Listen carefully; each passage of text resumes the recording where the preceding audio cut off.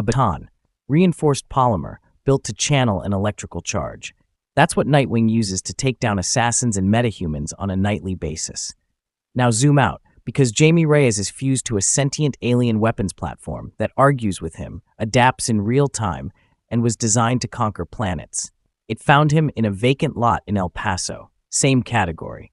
Completely different universe of capability. We think of superhero tools as gadgets, but in the multiverse, a utility belt is the starting line.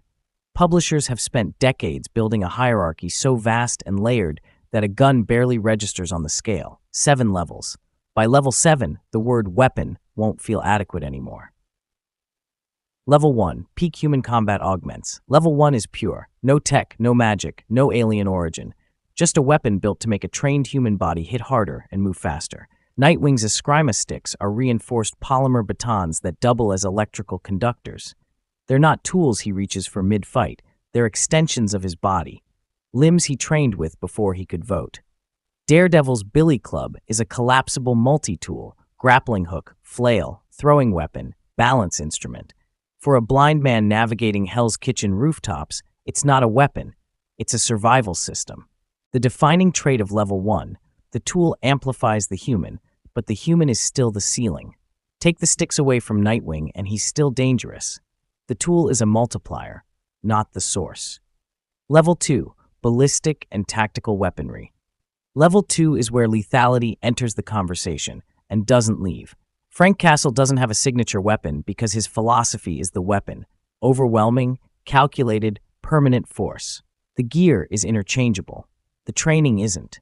Deathstroke carries it further, enhanced to peak human potential, wielding a Prometheum sword and a strategic mind that held off the entire Justice League, not by outpowering them, but by outthinking them. Superman went down from a kryptonite sliver sewn into a glove. Batman got played before the fight started. Deathstroke didn't win because of his weapons. He won because he'd already decided the outcome. Level 1 is about control. Level 2 is about consequence. There's no non-lethal option built into a hollow point round. Level 3, integrated genius gadgetry. Level 3 is where human ingenuity stops playing defense and starts writing its own rules. Batman's utility belt contains batarangs in sonic, explosive, and electrical variants. Kryptonite, just in case. EMP devices, a forensics kit that would embarrass most crime labs. Every item custom engineered, every item with a purpose, and Bruce can deploy each one in under 2 seconds in pitch darkness while someone is actively trying to kill him.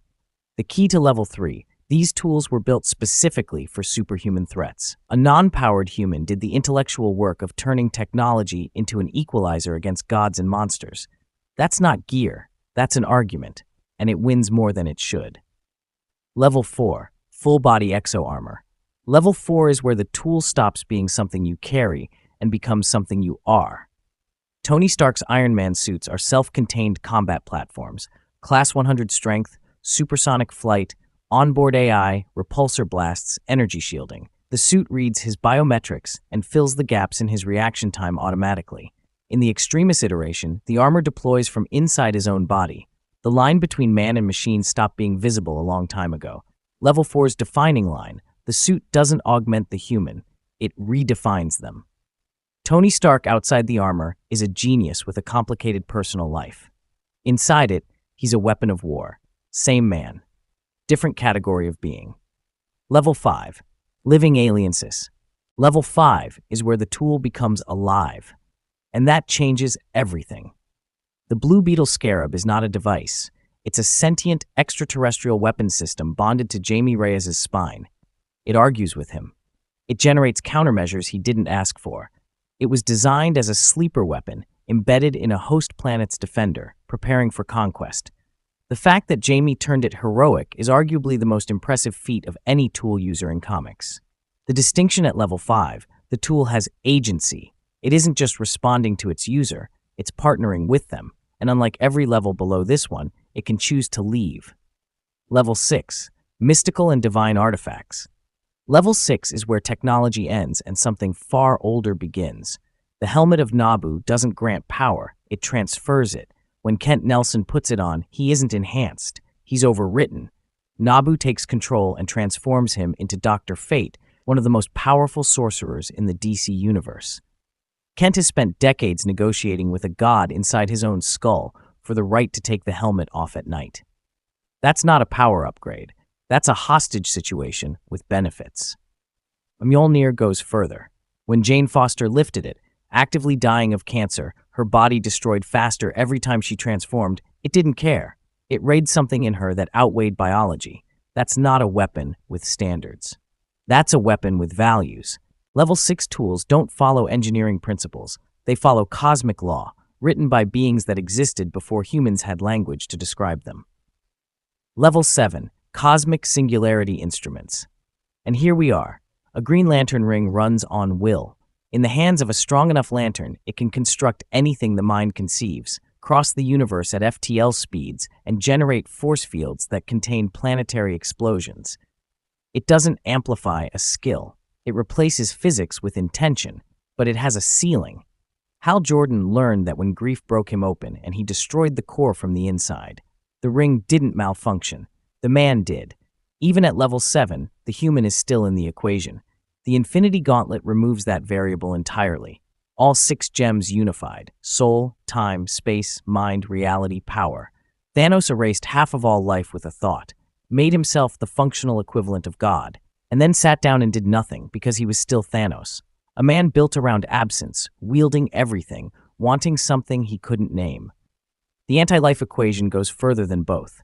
It doesn't destroy, it negates. Free will, hope, the desire to resist, mathematically erased. Darkseid didn't need to conquer planets. They agreed. That's the most horrifying upgrade on this list. A weapon that doesn't overcome resistance. It makes resistance impossible to remember. Level 7 doesn't give its wielder an advantage. It gives them authorship. 7 levels. From boxing tape to an equation that unmakes free will. The tool alone has never been the point. The Scarab chose Jamie. The ring chose Hal. The hammer chose Thor, and then chose someone else entirely.